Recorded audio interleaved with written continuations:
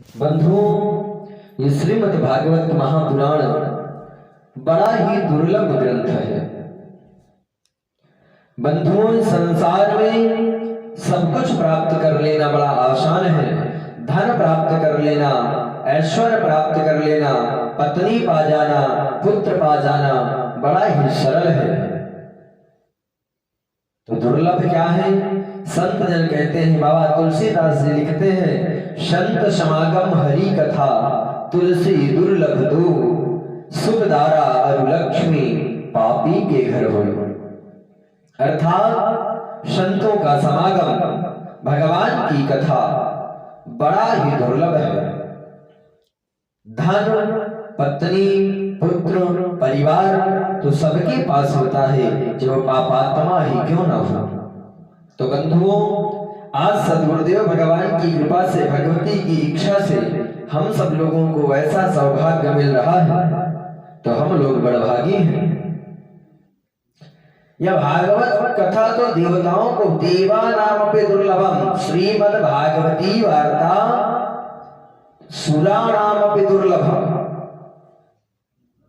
ये जो भगवान की कथा है, ये देवताओं को भी दुर्लभ है, देवताओं को भी आसानी से प्राप्त होने वाली नहीं है। बंधु, भगवान की कथा कब प्राप्त होती है? जन्मांतरे भवेत् पुण्यम तदा भागवतम लभेत्। जब हमारे कई जन्मों के पुण्यों का उदय होता है, युग युगांतर के, कल्प कल्पांतर के पुण्यों के प्रादुर्भाव के फलस्वरूप भगवत कृपा से जब गुरुदेव भगवान के चरणानुराग होता है, जब सद्गुरुदेव भगवान की पूर्ण कृपा होती है, तब जाकर के हमको श्रीमद् भागवत रूपी महापुराण में सम्मिलित होने का, कथा श्रवण करने का सौभाग्य प्राप्त होता है।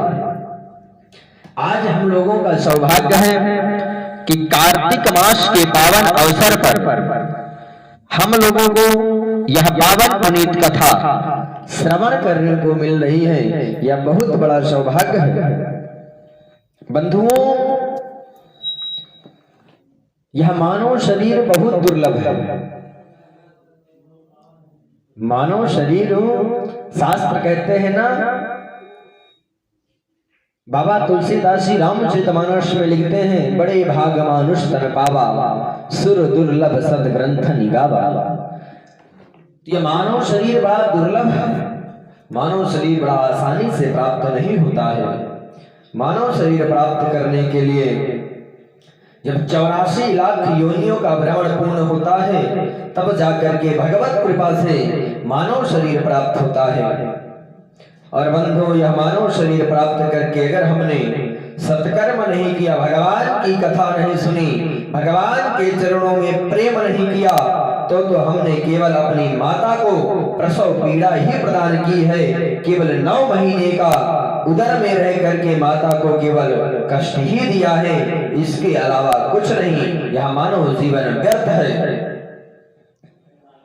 पूज्यपाद जगत गुरु शंकराचार्य जी शंकर महाभाष्य में लिखते हैं कि जो जीव मानव शरीर पा करके सत्कर्म नहीं करता है, भगवत चरण रविंद्र की भक्ति को प्राप्त नहीं करता है, ठाकुर जी के चरणों में नमन नहीं करता है, अपने सद्गुरुदेव भगवान का आदर नहीं करता है, तो वह जीव किस प्रकार है? पूज्यपाद जगत गुरु शंकराचार्य जी शंकर महाभाष्य में कहते हैं, पुनरपि जननम पुनरपि मरणम पुनरपि जननी जठरे शयनम इह संसारे खल दुष्पारे पाहि मुरारे भज गोविंदम मूढ़ मते।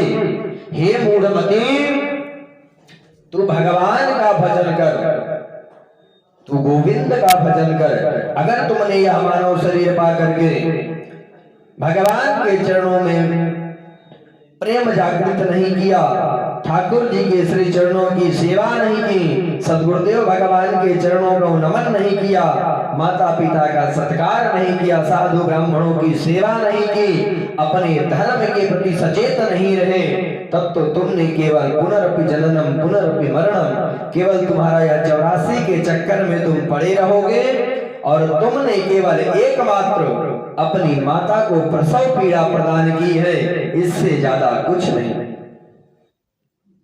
इसलिए बंधुओं ध्यान देना चाहिए कि यह मानव शरीर केवल भोग करने के लिए नहीं है, यह मानव शरीर केवल खाने और सोने के लिए नहीं है, क्योंकि खाने सोने और शरीर के भरण पोषण के लिए, मैथुन करने के लिए, सृष्टि की बढ़ा वृद्धि करने के लिए और केवल परिवार का ही पोषण करने के लिए तो 84 लाख योनियां पड़ी हैं। अपने परिवार का पोषण तो जीव जंतु कीड़े मकोड़े भी करते हैं।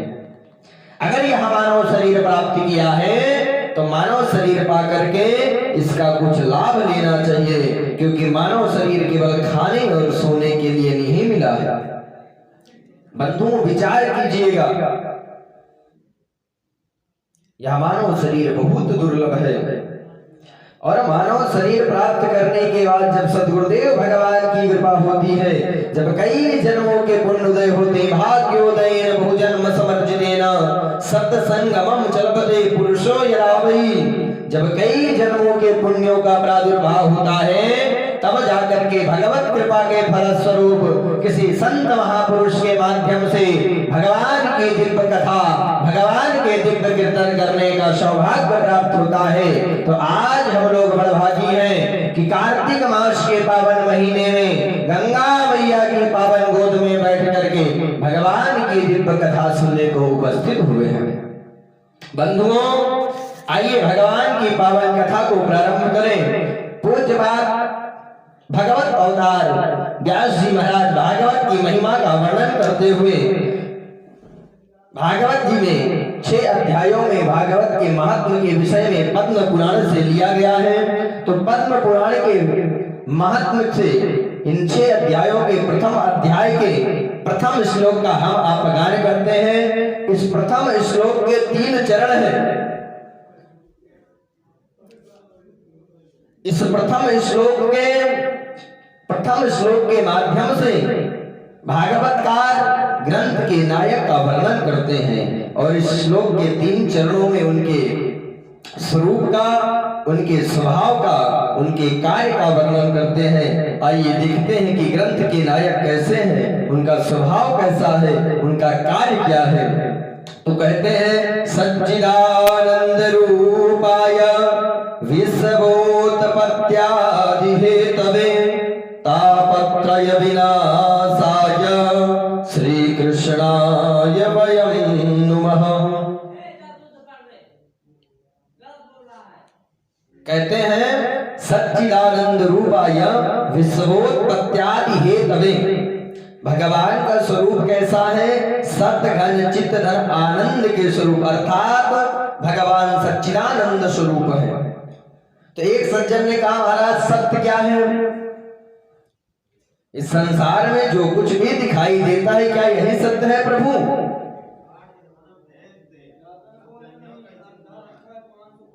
तो क्या बोले सत्य क्या है महाराज? बोले सत्य कहिए जो बिन सत्य ना है। सत्य वही है जिसका कभी विनाश ना हो। फिर बोले महाराज चित्त क्या है?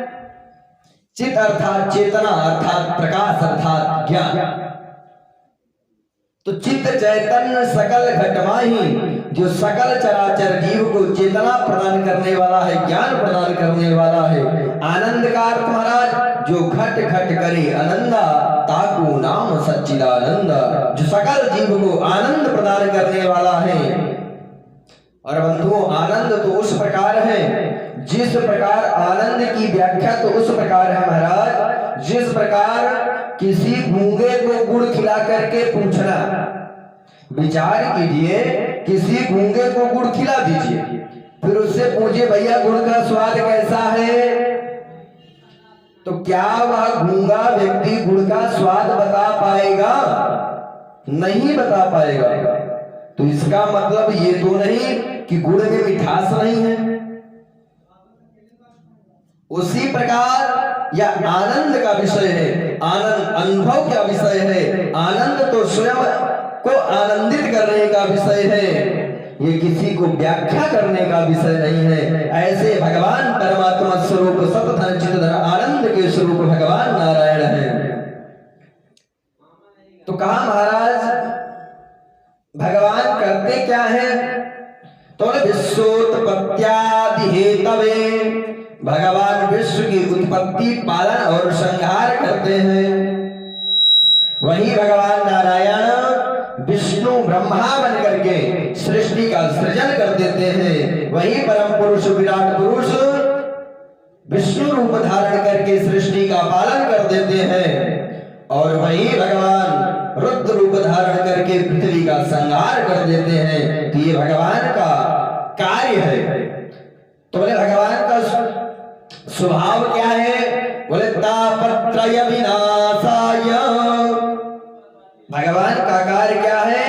तापत्रय अर्थात 3 प्रकार के ताप।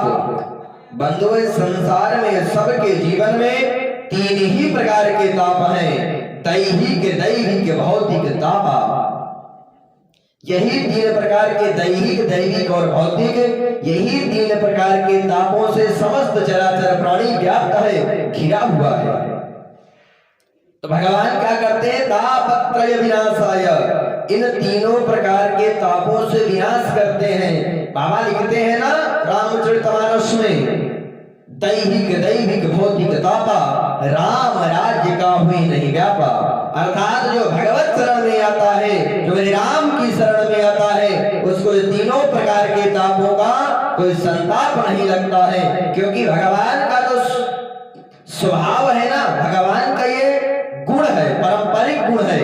अर्थात जिस प्रकार अग्नि का गुण है जलाना, विचार कीजिए, अग्नि का स्वभाव क्या है, उसका गुण क्या है? जलाना। अग्नि में आप जान करके पैर रखोगे फिर भी वो जलाएगा, अनजाने में रखोगे फिर भी वो जलाएगा। करंट आपको छूने पर भी मारेगा, अगर धोखे से छू जाने पर फिर भी मारेगा, क्योंकि उसका स्वभाव है, उसकी प्रवृत्ति है। उसी प्रकार भगवान का स्वभाव है, भगवान का गुण है तापत्रय विनाशाय। भगवान अपने गुण के कारण इन 3 प्रकार के तापों से जीव को, इन 3 प्रकार के संतापों से नष्ट कर देते हैं। ऐसे भगवान श्री कृष्णाय वयं नमः, ऐसे भगवान श्री कृष्ण को हम सब नमस्कार करते हैं। पूज्यपाद व्यास जी महाराज महात्मा के दूसरे श्लोक में ग्रंथ के गायक का वर्णन करते हैं। ग्रंथ के गायक के विषय में कहते हैं, अभी तो आपने प्रथम श्लोक के प्रथम दृश्य